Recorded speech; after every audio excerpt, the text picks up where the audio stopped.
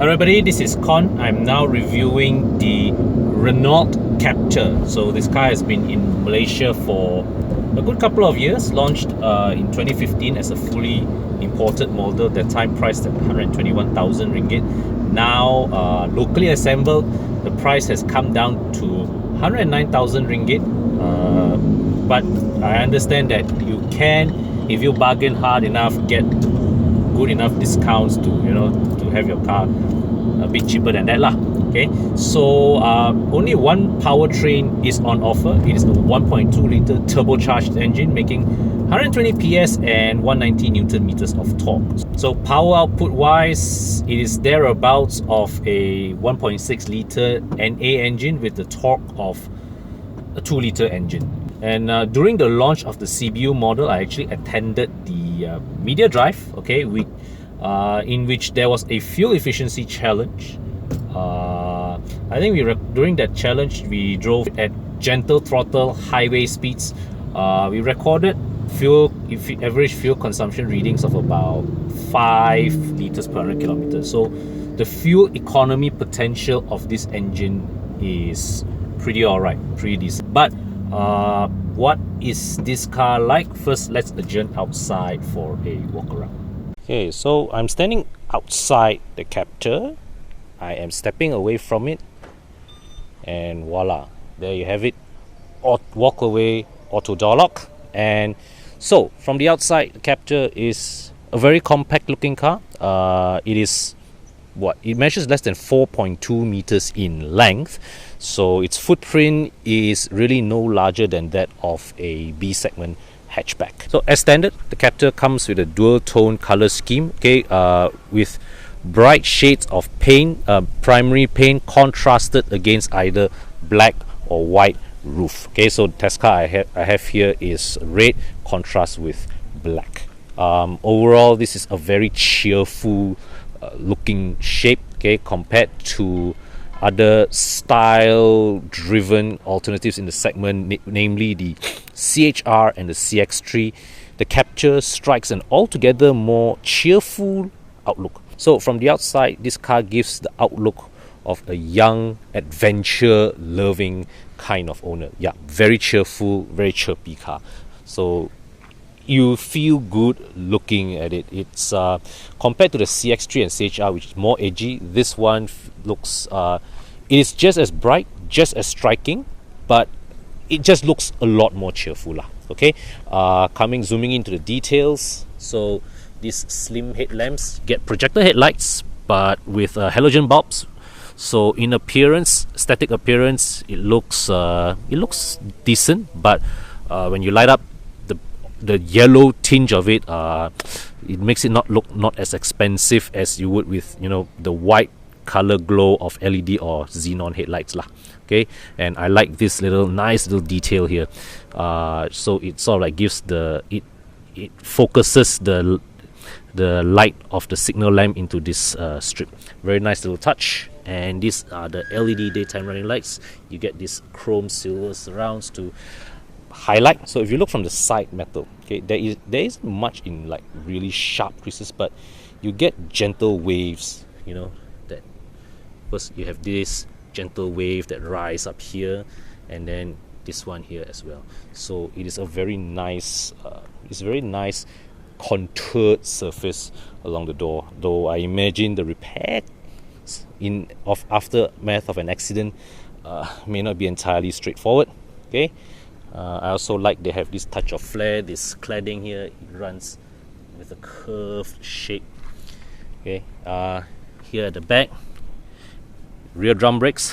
I'm not a fan of drum brakes, but they did put some effort to these drum brakes by adding cooling fins here. So as we all know, drum brakes, okay, the major performance hindrance of drum brakes is that they do not dissipate heat as effectively as disc brakes. So these fins do help more rapid cooling of the drums to slow down the fading of brake performance. By how much? I don't know. So here are the taillights, bulb illumination, but very nice concentric patterns around to guide the illumination of the light. Yeah. So here from the outside, overall very cheerful looking car, very pleasant looking. Yeah, it almost reminds you of a Mini really in its cheerfulness and chirpiness. Okay, let's look inside the boot. Boot space wise, this is pretty much what you expect from a B segment hatchback or SUV. It's not very big, but good enough to put maybe one large suitcase, one pram, some of your weekly grocery items, but not everything at once, to be sure lah. Okay, underneath here is a hidden compartment, but there are no clips right at the side here to hold it up, so you really have to manually hold this thing up, or notice this slots here, slot it down under to hold it up there, hold it like that. Okay, then you can put all your things inside. Now, as you also notice, the side here, there's a boot light, but there's nothing else here, like, you know, power sockets or hooks or whatever. You can also drop this fake floor down. It just rests underneath, so you can drop the whole boot floor. You notice that the seats split fold 60-40, but not only that, through this holder you can actually push the seats forward and back. Very useful to extend your boot space. Okay, the 60-40 split folding seats. Yeah. Okay, push the seats down. Now, of course, because the boot floor is dropped, you can't get a seamless floor, but when you raise this boot floor back, okay lah, this is not very heavy, so it's not that troublesome to raise or lower. Then you just put all this cloth back up. Okay, so it's a relatively seamless floor across.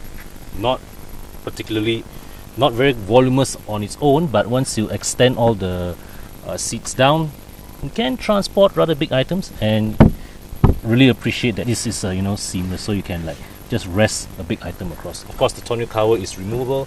Let's get inside.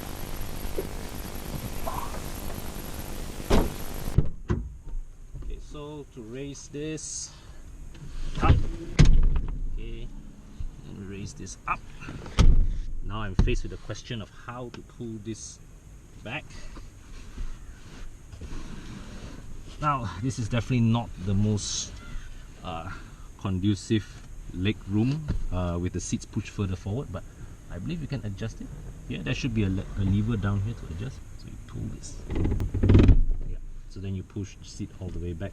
So now with the seats adjusted furthest back, so we find that leg room is pretty good. Okay, there's and this is a very funny interpretation of a seat pocket. It will hold like a magazine or a file, but you can't select small items here lah, for sure. This cup holder is just comical in its proportions lah. And this one also, well, this door pocket, well, it runs almost to the edge of the door, but not many items you can store away inside here as well. Yep. And yep, so also you see ISOFIX mounts here, but I can stick my finger in. ISOFIX mounts are pretty deep, so you will take some effort to locate them. Okay, and here's an interesting thing about the Captur's upholstery. You can remove them. You can actually change and remove them. So you see, right, at various spots you have all these Velcro and zippers. It's meant for you to easily change and remove them. So as you put your mood, right, you feel like changing the color of your interior upholstery, right, you can. It's meant for you to change just like that. And oh look, so the middle passenger is belted with a 3-point belt built into the seat. Okay, this is of course way more convenient than those with, you know, the seat belts that come out from the roof. I think that's just, yeah, you have to like find way to buckle here and there. No, so this one, the seat belt just emerges from the seat and does not interfere with the seat folding process. This is very nice. And all three passengers have adjustable headrests, and as you can see, as I slam against the seat, okay, the seat is a little loose, but it is to be expected because to accommodate all these folding mechanisms, something has to give. You can't make it too tight anyways. So it is, in my opinion, an acceptable compromise, and I really like the adjustability of these seats, particularly the forward backward adjustment. That was something that really caught me by surprise. Certainly this is no match to Honda's Magic seats, but well, still pretty good effort all the same. Right, so let's look in the front section of the cabin. So here the door card, hard plastics around. So this door bin is well, it's decently long. It stretches to the back of the door, quite far back to the back of the door. Speaker, but see, every panel here is a piece of hard plastic except for this fabric insert here. Visually, this does not have any of the design flair that we see from the outside. So coming in here, it's like a sudden reality check. You jump from the very cheerful and chirpy exterior. You come into this suddenly becomes dull and somber. So step inside. Let's start.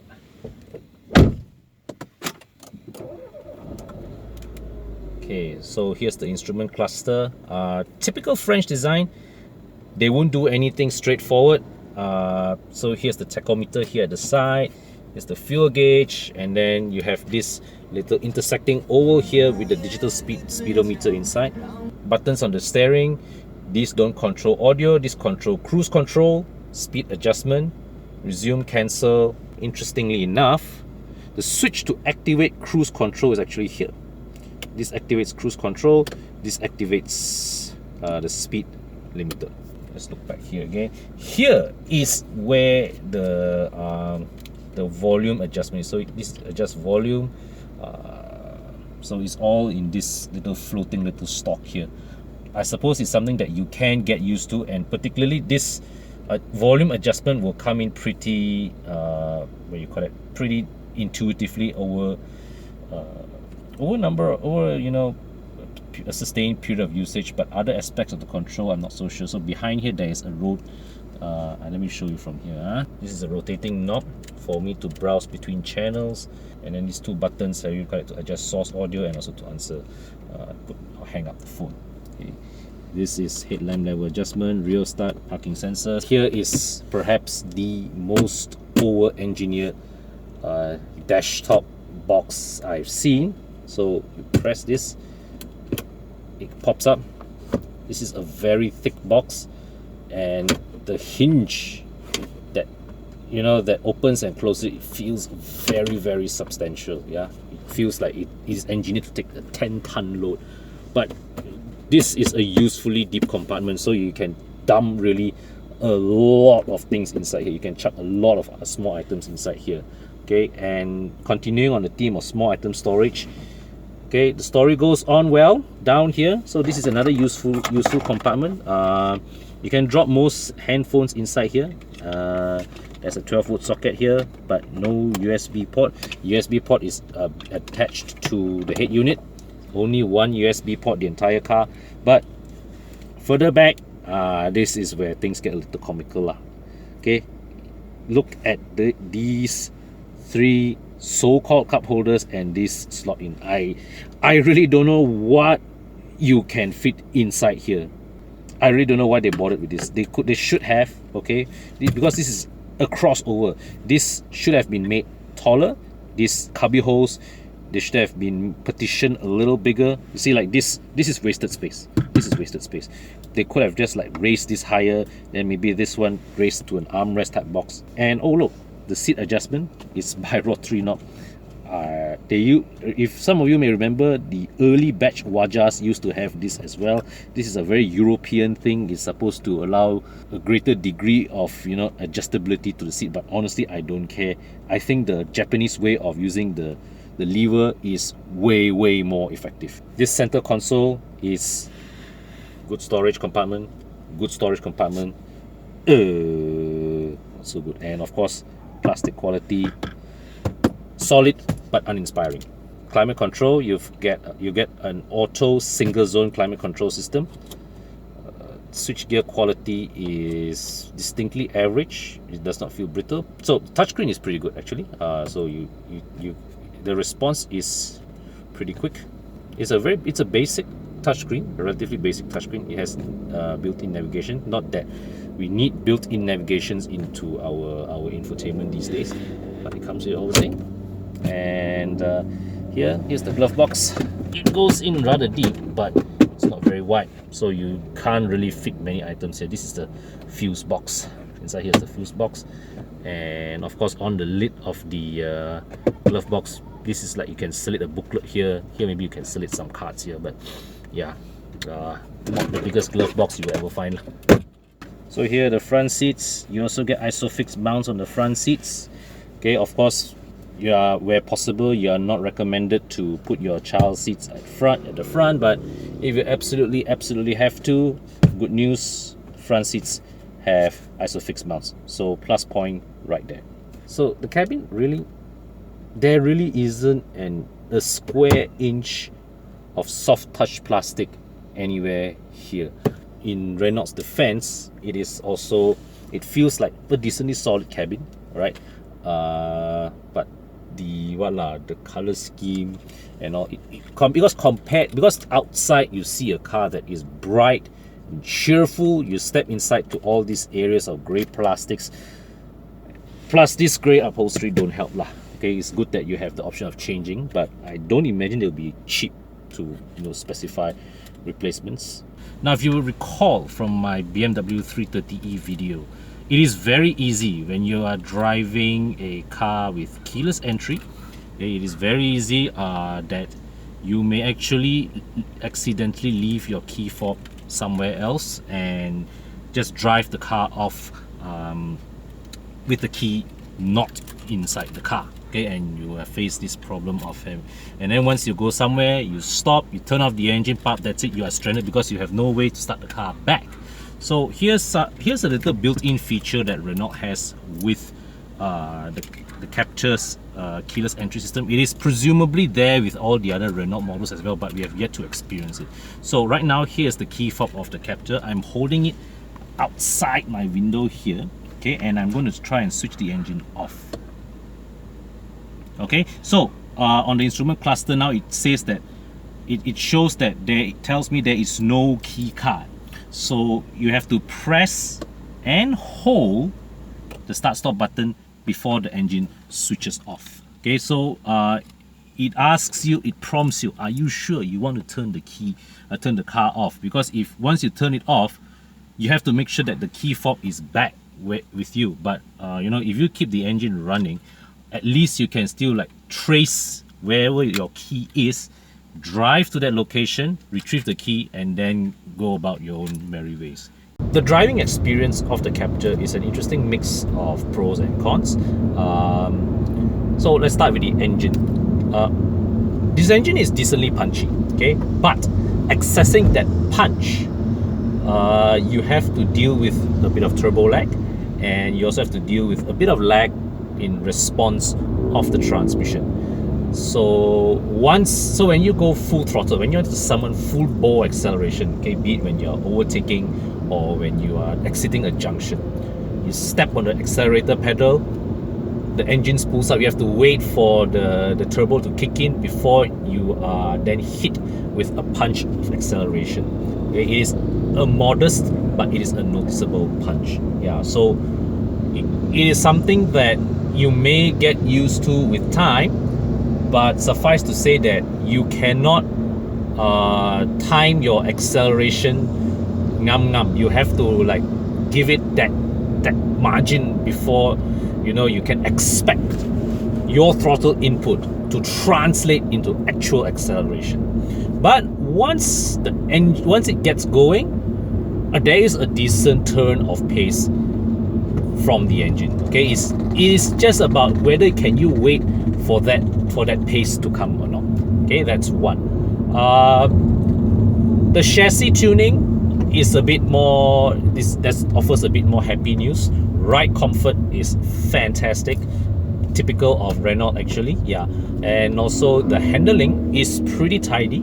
You can, when you're dealing with long sweeping bends, you can vary your throttle with a fair degree of confidence. Okay, the car manages its transitions of weight very, very smoothly. So this is definitely a car that you can enjoy on a B road blast, okay, going, you know, tackling bends and all that. It's just that you may have to deal with that delay in the engine response that sort of dulls the experience. But make no mistakes about it, this is a very, very well tuned chassis.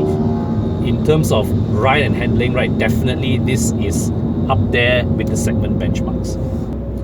One thing that kind of bothers me a little is the positioning of this aircon vent here. It is like, see, when I hold the steering here, this vent blows air directly to my hand, and maybe in a winter country, okay, this may become in handy because this will double as your heater. It will blow, you know, hot air to warm your hand whilst you're driving in the cold. But in summer weather, I don't appreciate that cold air being blown to my palms lah. So most of the time I just decide to close off the vent for myself. And bear in mind also, this car does not have rear air con vents, so the positioning of these vents means that it's very difficult for air to be blown to the rear section of the cabin. So as you get this car up to speed, it feels pleasant enough. Okay, I mean, right now I'm doing at 100 kilometers per hour and the engine is ticking at 2000 RPMs. Okay, got a bit of wind noise here, but road noise is well muted. Engine is not too noisy. In low speed driving, the DCT can struggle with refinement. Okay, it is in stop go traffic, okay, slow moving traffic, when you have to creep forward, the transmission can feel a little clunky. Okay, and this is a common complaint with early generation DCTs. So with any car equipped with a dual clutch transmission, you are actually not advised to creep forward in slow traffic. What I mean by creep forward is you see the car in front move ahead by say 2 meters, then you gradually let go your brake pedal to let your car inch forward, okay, to close the gap. With a DCT car, you are not advised to do that because it accelerates the wear of your clutch packs. What you are with a DCT car is either you fully release the brake pedal, let the car roll forward, or you step on your brakes fully and let the car be stationary. So for braking, the Captur comes with discs up front, drums at the rear. Okay, I personally don't like drums, but I accept that they are adequate, okay, for most driving. In the Captur's case, the calibration of the brake pedal response lacks a little finesse. There is a dead zone, like in the first inch of travel, and suddenly all the brake force comes in the short span of half an inch or so of the next. So when I was my initial few kilometers driving this car, I was really struggling to modulate the brake pedal with any degree of smoothness. So conclusion, the Captur is at 109,000 ringgit, one of the more attractively priced options in the segment. It is also one of the more funky looking ones. So when you drive this car out, people see you in this car, it projects an image of you that is very fun-loving, very outgoing, very adventurous type of character lah. Okay, inside, cabin finishing is functional. It is a solidly built cabin. I mean, the material selection really is not an atas grade, but you get the feeling that this cabin will last the test of time lah. It's just that the materials they use really don't give you that that premium feel that you got when you first set eyes on this car from the outside. Okay, and also the layout of this cabin could do some improvement with regards to its user friendliness. Okay, the driving experience is a mix of a fantastic chassis, an okay engine, but a not so okay transmission. Okay, so this car definitely has a very interesting mix of pros and cons that you absolutely need to consider before buying. Okay, of course, you can't in this segment. Okay, compact crossovers, the only default no-brainer choice in this segment is the Honda HR-V. Everything else, right, in this segment is either you are looking you are deliberately looking for something different, or you are looking for something with, you know, with one particular aspect that which you place greater importance on. So for example, maybe you would prefer the Subaru XV instead for offering all-wheel drive. You prefer the CX-3 instead because of its beautifully finished interior. And this comes in as